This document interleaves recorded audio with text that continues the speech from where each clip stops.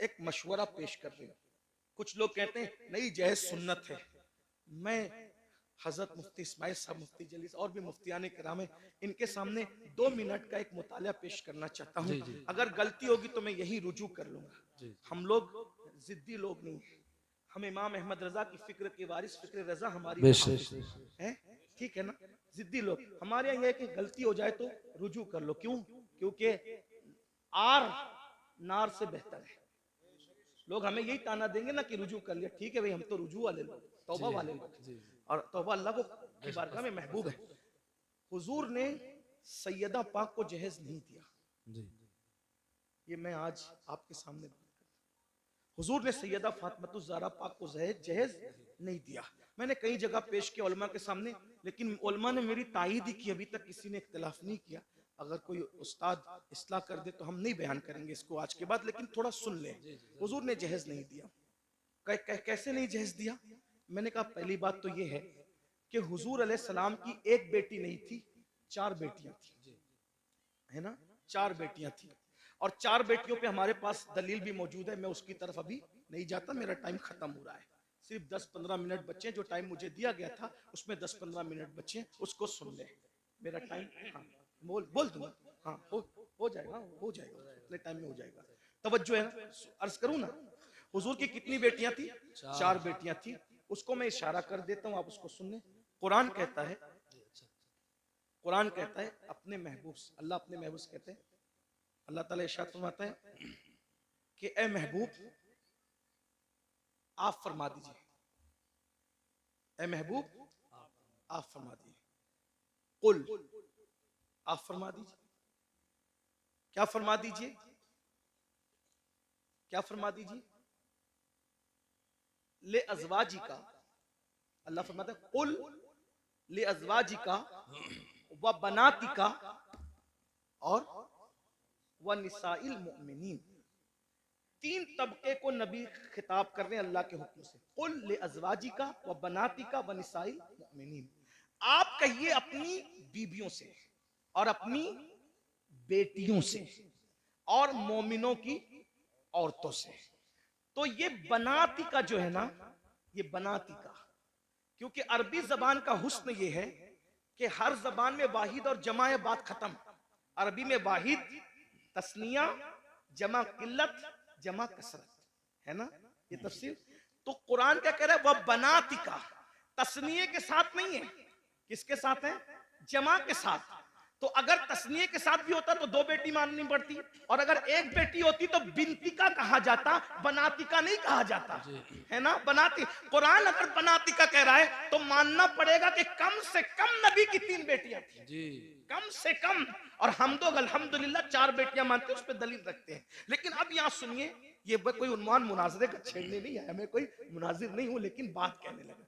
और मैं बात जो कह रहा हूँ इन उलमा की मौजूदगी में कह रहा हूं, इन्हें हक है। और मैं तो कहता हूं कि उलमा को ये हक होना चाहिए, अगर कोई खतीब, कोई शायर गलती करे तो वो उसको चिट्ठी देकर ये कान में उसकी इस्लाह कर सके और उसको कबूल करना चाहिए। यही हमारे दादा मुर्शिद हुजूर मुफ्ती आजमीन का तरीका था। सुभान अल्लाह, सुभान अल्लाह। स्टेज पे भी लड़ने की जरूरत नहीं, क्योंकि लोग हमें देखते। कान में जो बात कहनी चाहिए उसको कान में ही कहना चाहिए, जिसको मैदान में कहना चाहिए उसको मैदान में कहना चाहिए, है ना। बहरहाल, तो हुजूर की कितनी शहजादियां हैं? कितनी है? अब अगर आप ये कहते हैं कि हुजूर ने सैयदा फातिमा ज़हरा को जहेज दिया, सुन्नी अगर कहता है, तो उसको ये भी साबित करना पड़ेगा कि सैयदा ज़ैनब बिनते मोहम्मद को भी दिया, उम्मे कुलसुम बिनते मोहम्मद को भी दिया सल्लल्लाहु अलैहि वसल्लम, रुकैया बिनते मोहम्मद को भी दिया सल्लल्लाहु अलैहि वसल्लम। भाई जब 4 शहजादियां हैं तो एक ही को जहेज क्यों दिया? एक बात, ठीक बात समझ में आती? जो नबी ये कहे कि अगर एक खजूर अपने बच्चों में तकसीम करना हो तो बराबर बराबर तकसीम करो, वरना अल्लाह को कयामत में जवाब देना पड़ेगा। जब नबी खजूर की तकसीम में बराबरी कर रहे हैं तो जहेज के अंदर देने में हुजूर बराबरी क्यों ना करेंगे? तो आपको ये बोलना पड़ेगा कि हजरत ज़ैनब को कब दिया, हजरत रुकैया को कब दिया, ये उम्मे कुलसुम को कब दिया। एक बात, फिर आप कहेंगे मुफ्ती अहमद यार खान नईमी ने तो लिखा, मसनवी में तो मौजूद है। मैंने कहा मैं उनका गुलाम हूं, मैं उनसे बगावत नहीं करूंगा, लेकिन बस बात इसको इतनी पलट दो कि जो जहेज की लिस्ट है वो सही है, उसका मैं इनकार नहीं कर रहा हूं, लेकिन बस बात इतनी पलट दीजिए कि हुजूर ने जहेज नहीं दिया, ना बेटी को दिया ना दामाद को दिया, नहीं दिया, दोनों को नहीं दिया, ना बेटी को दिया ना। तो कहा फिर वो क्या क्या था? मैंने कहा आसान बात, मौला अली के वालिद की गुर्बत की वजह से जब कुछ हालात ऐसे पैदा हो गए, वो तो मालदार बहुत थे लेकिन कुछ हालात पैदा हो गए कहत की वजह से, तो हुजूर अपने चचा हजरत अब्बास को साथ ले गए। कहा कि इस वक्त कहत का जमाना है, मेरे चचा के मुझ पे एहसानात हैं, तो ऐसा करते हैं कुछ बच्चे आप ले ले, कुछ बच्चे मैं ले लूं, और आप पाल ले मैं पाल लूं। तो जब उनके पास गए तो हजरत अकील को सौंप दिया हजरत अब्बास को, और हजरत जाफर को किसी को सौंप दिया, और तालिब को अपने पास रख लिया, और मौला अली के बारे में कहा कि ए मोहम्मद, अली को तुम ले जाओ। तो बचपने से हुजूर मौला अली को अपने घर लाए। तो मौला अली को बचपने से 4 साल 3 साल की उम्र से पाला पोसा बड़ा किया, खुशियां गम कपड़े लत्ते सब नबी ने दिए। बताए, बचपने से हुजूर ने पाला। अब अगर मौला अली का निकाह सैयदा फातिमा के साथ ना भी होता, तो मौला अली को जिसने पाला पोसा बड़ा किया, कपड़े लत्ते सब तरबियत सबकी, जब अपने भाई की शादी हुजूर कर रहे हैं, तो मौला अली का खुद का घर नहीं, तो घर दिलाना किसकी जिम्मेदारी है? उस नए घर में सामान पहुंचाना किसकी जिम्मेदारी है? भाई बचपने से जिसने पाला है उसी की तो जिम्मेदारी है। तो हुजूर अलैहिस्सलाम ने ना दामाद को दिया ना बेटी को दिया, वो दामाद ही नहीं था, वो चचा साथ भाई भी था। जब रसूलुल्लाह ने देखा कि मेरे भाई का कोई घर नहीं है, तो भाई के लिए घर का भी इंतजाम किया, और घर में कोई सामान नहीं है तो भाई का घर बसाने के लिए सामान का भी इंतजाम किया। लोगों ने उसको गलती से समझ लिया कि दामाद को नहीं दिया भाई, वो अपने भाई को दिया, और अगर तुम भाई को देते हो तो हम तुम्हारी पेशानी चूमने के लिए तैयार हैं। अगर भाई, हुजूर ने भाई को दिया दामाद को नहीं दिया, 2 रिश्ते थे ना, इसलिए धोखा हो रहा है। एक तीसरी बात, चले ठीक है, अगर अली मुर्तजा को दिया ही दामाद को जहेज, और बेटी फातिमा ज़हरा को जहेज दिया, तो सैयदना अली मुर्तजा ने जब अपनी बेटी ज़ैनब की शादी की तो कितना जहेज दिया वो बताओ? अपनी बेटी उम्मे कुलसुम की शादी की तो कितना जहेज दिया? जब अली पाक ने जहेज लिया तो दिया, सुन्नत है ना जहेज लेना देना, तो अली पाक ने दिया, साबित करो। सिद्दीक अकबर ने अपनी बेटियों का निकाह किया तो कितना जहेज दिया वो साबित करो।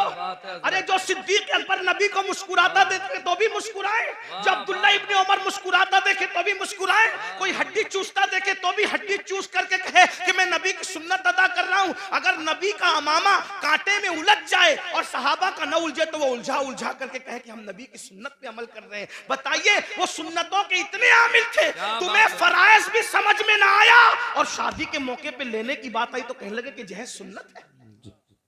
किस सहाबी ने जहेज दिया बताओ? अगर सुन्नत ही था तो इस सुन्नत पर उन्होंने क्यों अमल नहीं किया? गौस पाक ने क्यों अमल नहीं किया? गरीब नवाज ने क्यों अमल नहीं किया? फजर में सोते पड़े रहने वाली कौम इस पर क्यों अमल कर रही है? सूद के लुक़्मे खाने वाली कौम इस पे क्यों अमल कर रही है?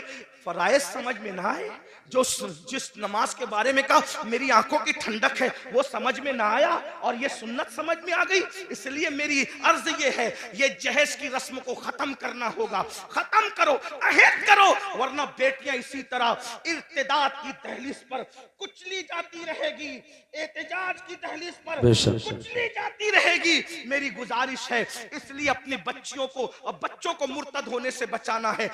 शादी इतनी आसान कर दो कि जिना करना मुश्किल हो जाए, और मालदार लोग शुरुआत करें, मालदार लोग जहेज न ले, मालदार लोग जहेज न दे, मालदार लोग शुरू करेंगे, बासर लोग शुरू करेंगे, खत्म होगा। और ईमान बचाने की नीयत से शुरू करें।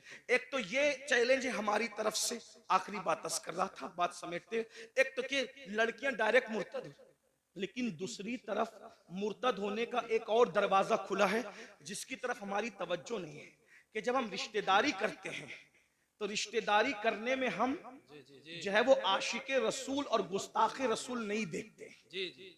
तो चूंकि जो नबी का गुस्ताख है, चाहे गुस्ताखी दाढ़ी वाला करे चाहे गुस्ताखी बगैर दाढ़ी वाला करे, कोई नबी की गुस्ताखी करे तो वो मुर्तद है। कोई गुस्ताखी, नबी की तौहीन, जो तौहीन करे उसके नाम के साथ कोई टाइटल हो या ना हो, नबी की गुस्ताखी क्या है?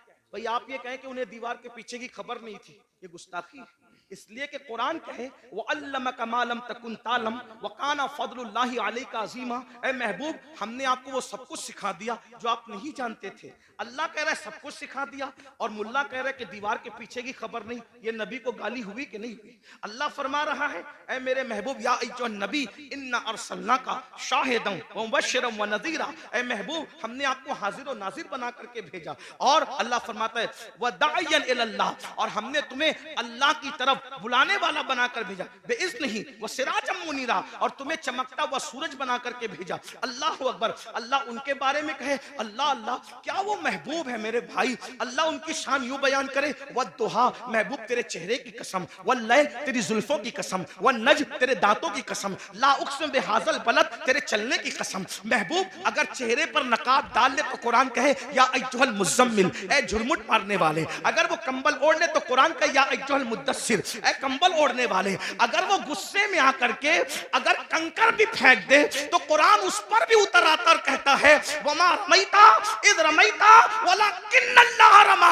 प्यारे, ये कंकर तूने नहीं फेंकी, हाथ तेरे थे, फेंकना हमारा। वाह वाह वाह, बेशक बेशक। वो नबियों का सुल्तान, उनके बारे में इतनी छोटी छोटी कहता है। मौलवी कह रहा है, आज कौन कह रहा है मैं नहीं जानता? आप सब जानते अच्छी तरह से। क्या आपके इलाके के मौलवियों को मैं नहीं जानता? जो जिनको जानता हूं उनके चेहरे बताने के मैं इनको जानता हूं, ये मुझे जानते हैं, और जिनको नहीं जानता उनको नहीं जानता। कहते हैं उम्मी उम्मी उम्मी। उम्मी का मतलब अनपढ़, नबी को पढ़ना नहीं आता था। और तू पढ़ लिख लिया नबी की हदीसों से, और नबी को पढ़ना नहीं आता था। क्या पागलपन है? और ऐसों को आप बेटियां दे रहे हैं, ऐसों के साथ आप रिश्तेदारी। आप कहते हैं मौलवियों का समय, ये मौलवी लड़ाने आते हैं। भैया मौलवी लड़ाने नहीं आता। मौलवी तो यही बात तो मोमिनों को, सहाबा को कहते थे मुनाफिकीन। मदीने के मुनाफिकीन सहाबा को कहते थे कि ये लोग फसाद फैलाते हैं और हम इस्लाह का काम करते हैं। ये बातें वो बकते थे, बकवास करते थे। भाइयों, अपनी बेटी को अगर तुम किसी गुस्ताख के साथ बिया दोगे तो वो गुस्ताख रसूल को ससुर कहे मानेगी, गुस्ताख रसूल को शौहर मानेगी। और कुछ लोग तो ऐसे चढ़ दौड़ करके आते हैं हमारे पास, अरे मौलवी साहब हमने तो बदअकीदों की बेटी के निकाह आपको पढ़ाना पड़ेगा। मैंने कहा अच्छा, मेरी बहुत ज्यादा लोगों से नहीं जमती है। मेरी तबीयत में नरमी बहुत है, लेकिन बहुत ज्यादा लोगों, इसलिए कि हम मसलक के मामले में कहीं कंप्रोमाइज करना नहीं चाहते। ऐसे काम को आग लगे, लानत हो उस काम पर जिससे मसलक का सौदा हो जाए। हम मसलहत के कायल हैं, मसलक फरोशी के कायल नहीं है। हाँ, तबीयत में नरमी होनी चाहिए मगर मौकिफ में सख्ती होनी चाहिए। और हमारा मौकिफ वही हो जो गुज़िश्ता सदी में इमाम अहले सुन्नत ने बयान। बेशक बेशक बेशक, सुभान अल्लाह। हाँ, हमारा नजरिया वही होना चाहिए। माहौल देखकर पूरी मत बांधो, मजमा देख के बातें मत करो, क्योंकि अल्लाह की बारगाह में खड़े होना है। अरे कहते हैं निकाह आपको पढ़ाना है, हम तो बदअकीदों के यहाँ से दूसरी पार्टी से लाए हजरत। मैंने कहा अच्छा, तो कहा हजरत चंद दिन में सुन्नी बना लेंगे। मैंने कहा तू बड़ा सुन्नी बन गया जो उसको बहू को सुन्नी बनाएगा जी। और अगर वो बन भी जाए तो क्या वो गुस्ताख रसूल को अब्बा कह के न पुकारेगी? तुम्हारा पोता पैदा हुआ तो उसका नाना मरेगा तो उसका जनाजा, वो गुस्ताख का जनाजा तुम्हारा पोता पढ़ने न जाएगा? हैं? तुम कितने सुन्नी हुए जो दूसरों को सुन्नी बनाओगे? हैं? जिसका खाते हो उसकी वफादारी करो। कम से कम कुत्ते से सीखा होता। कुत्ता एक रोटी खाता है, मालिक की वफादारी करता है। हमें जो मिला है नबी के सदके में मिला है। कहते हैं उम्मी है, अनपढ़ है। मैंने कहा पागल हुआ है, पागल हुआ है, पागल है, कैसी बात करता है? उम्मी है, अनपढ़ है। हुजूर अनपढ़ नहीं थे। उम्मी की तो तशरीह आशिकों ने बहुत की है। उम्मुल कुरा में पैदा हुए इसलिए उम्मी थे। अल्लाह के सिवा किसी से नहीं पढ़े इसलिए उम्मी थे। अल्लाह के अलावा उनका कोई उस्ताद नहीं है, और ये शान सिर्फ रसूलुल्लाह की है। अपने जैसे किसी बशर से उन्होंने नहीं पढ़ा। अर्रहमान अल्लमल कुरान, रहमान से उन्होंने पढ़ा। अल्लमल इंसान अल्लमहुल बयान, खलकल इंसान अल्लमहुल बयान। अल्लाह ने इंसान को पैदा किया और इल्मे बयान सिखाया। वअल्लमका मा लम तकुन तालम। मेरे इमाम कहते हैं ऐसा उम्मी किस लिए मिन्नत कशे उस्ताद हो, ऐसा उम्मी किस लिए मिन्नत कशे उस्ताद हो। क्या किफायत उसको इकरा रब्बुकल अकरम नहीं? क्या किफायत उसको, इकरा रब्बुका। और उम्मी का एक माना माँ वाला भी होता है कि मेरे नबी माँ वाले थे, यानी माँ होने की एतबार से मेरे नबी की माँ जैसी थी, वैसे किसी की माँ हो भी नहीं सकती। हुजूर माँ वाला, बेशक बेशक मतलब माँ वाला, उम्मुल कुरा वाला, माँ वाला, उम्मुल किताब वाला भी उम्मी होता है, क्योंकि कुरान का एक नाम उम्मुल किताब भी है, उम्मुल किताब। अब आप कहते हैं अनपढ़, मैंने आखिरी बात कर दूं, चिट्ठियां इसलिए कर दूं वरना खत्म कर रहा। लोग क्या कह रहे हैं, क्या कह रहे हैं? ये लोग आपकी बस्तियों में रहते हैं, उन उम्मी थे, मैंने कहा भाई उम्मी थे, अल्लाह के शागिर्द थे, अल्लाह से पढ़ा था, लेकिन हुजूर का ये फरमान नहीं सुना। आका फरमाते अना मदीनतुल इल्म, आका ने क्या फरमाया, अना मदीनतुल इल्म। अनपढ़ कह रहे हो नबी को, नबी करे मैं इल्म का शहर हूं, वो अली जुन बाबू, हाँ, और अली उसका दरवाजा है। नबी ने क्या कहा, मैं इल्म का, बोलो मैं इल्म का, मैं इल्म का शहर किसको कहते हैं? आपके गांव का नाम क्या है? हरियाणा। ये क्या है? बोलो भाई, जो समझ में आ रहा है बोल दो, इस्लाह हो जाएगी। ये क्या है? शोरूम जाना होता है तो कहां जाते हो? मुरादाबाद है? और मुरादाबाद में नहीं मिलता तो कहां जाते हो? दिल्ली। और दिल्ली में सब मिल जाता है। क्यों? शहर की तारीफ बहार शरीयत में, जहां जुमा के कयाम के लिए बहस आई है, फतावा रज़विया में भी, बहार शरीयत में भी एक शहर का होना भी बयान किया गया। जी। शहर का होना भी बयान किया गया है कि शहर का, यानी शहर का होना, शहर और शहर की तारीफ क्या बयान की? शहर की तारीफ में एक बात ये भी बयान की कि जिसमें बाजार हो, जिसमें बाजार हो। बाजार उर्दू की किताब है, बारे शरीयत उठा के देख ली, आलिम बनाने वाली किताब है। और तो फतावा रज़विया में भी है, जुमा के लिए शहर हो, और शहर के लिए एक बात ये भी है, निशानी शहर की क्या है, उसमें क्या हो? बोलो भाई, क्या हो? बाजार। और बाजार जो होता है ना शहर का, उसमें सब मिलता है। बोलो भाई, क्या मिलता है?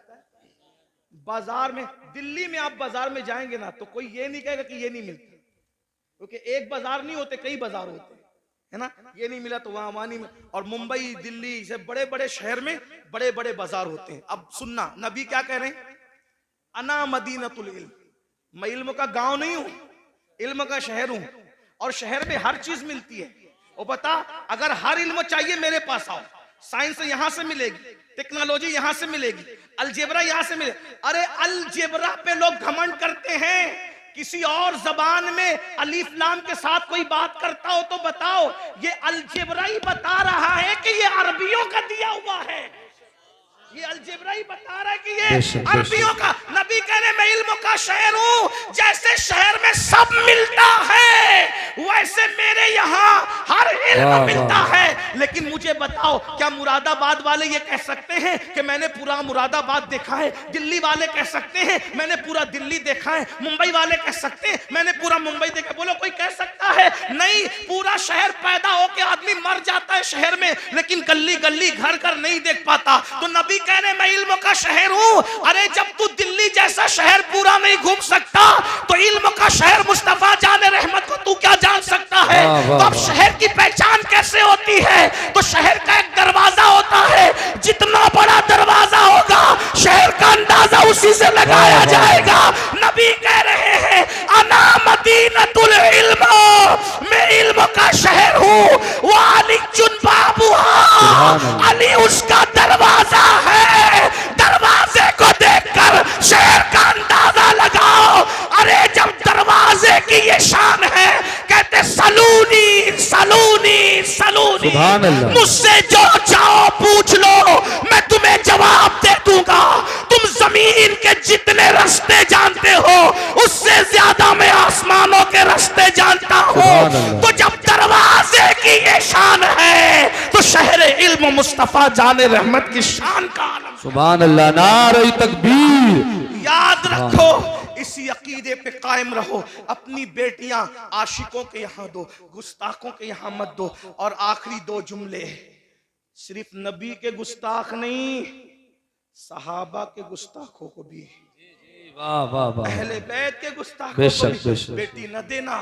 क्योंकि शिफा शरीफ में काजी अयाज लिखते हैं कि एक शख्स मर रहा था, तवज्जो, शिफा को अगर मानते हैं काजी अयाज की तो सुन लो। एक शख्स मर रहा था, उसकी जबान पे कलमा नहीं आ रहा था। लोग कहते थे तू कलमा नहीं पढ़ पा रहा है, तो वो कहता था मैं अबू बकर उमर के गुस्ताखों के साथ बैठता था, इसलिए मेरी जबान पे कलमा नहीं आ रहा है। मेरे भाई, जो अबू बकर और सिद्दीक और फारूक आजम के गुस्ताखों के साथ बैठे, सिर्फ गुस्ताखी ना करे, सिर्फ बैठे, मरते वक्त उसकी जबान पे कलमा नहीं आता, तो जो रसूलुल्लाह के गुस्ताखों से रिश्तेदारी करे, मरते वक्त उसकी जबान पे कैसे कलमा आएगा? आपके जिम्मे है ईमान कैसे बचाते हो। उन्हें जाना, उन्हें माना, न रखा गैर से काम। लिल्लाहिल हम्द, मैं दुनिया से मुसलमान गया। मेरा वक्त तो पूरा हुआ, 2 मिनट मैंने ज्यादा लिया, उसके लिए माजरत। अस्तगफिरुल्लाह रब्बी मिन कुल्लि ज़ंबिन व तूबु इलैह। अभी जाना नहीं, महफिल जारी रहेगी।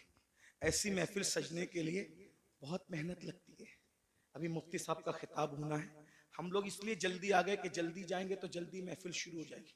हम लोग पब्लिक देख कर नहीं आते। हाँ, 72 भी हो ना, वफादार चलेंगे। लेकिन अल्लाह ने आपको भेज दिया, आप सब आ गए माशाल्लाह। हम तो माशाल्लाह 8:30 या 8:35 से यहाँ के बैठे हैं। हाँ अल्हम्दुलिल्लाह, मुफ्ती साहब भी तकरीबन 8:45 के करीब आ गए थे, 8:45 या 9 के आसपास वो भी आ गए। तो ये उलमा पहले, और मैं तो आपको मशवरा दूंगा ऐसे ही करो। अभी कुछ किसी के सताने और ये किसी के प्रेशर में करते हो, लेकिन महफिल का मिजाज बना लो।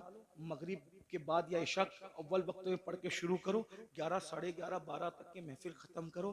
तुम भी फजर पढ़ो, हमें भी फजर पढ़ ले दो। वरना मुकर्रिर तो बेचारा जाग करके फजर पढ़ लेता है, क्योंकि सुबह वो जोहर तक सोएगा। लेकिन आपको तो काम पे जाना है। फजर रोज रोज रोज पढ़ता है, वो भी हमारे जलसे की वजह से पढ़ नहीं पाता। अगर एक की भी फजर हमारे जलसे की वजह से तर्क होगी, तो मैं समझता हूँ कि कहीं ना कहीं जिम्मेदार भी पकड़ में आएंगे और छोड़ने वाला भी पकड़ में आएगा। और करोड़ों जलसे एक पल्ले में रखा जाए और फजर की एक नमाज एक पल्ले में रखा जाए, दोनों बराबर नहीं हो सकती। इसलिए 3 बजे तक, 2 बजे तक मत जगाया करो, जल्दी जलसे खत्म। जलसे देर तक चलाना कमाल नहीं है, जलसे में अच्छा पैगाम देना ये कमाल। बेशक, अल्लाह बेशक। पाक की बारगाह में दुआ है, गुफ्तगू के दरमियान मुझसे कोई भी गलती हो गई हो, अल्लाह ताला माफ कर दे। अस्तगफिरुल्लाह रब्बी मिन कुल्लि ज़ंबिन व अतूबु इलैहि व मा अलैना इल्लल बलाग। अस्सलाम। बिल्कुल, आप हजरात बैठे रहें।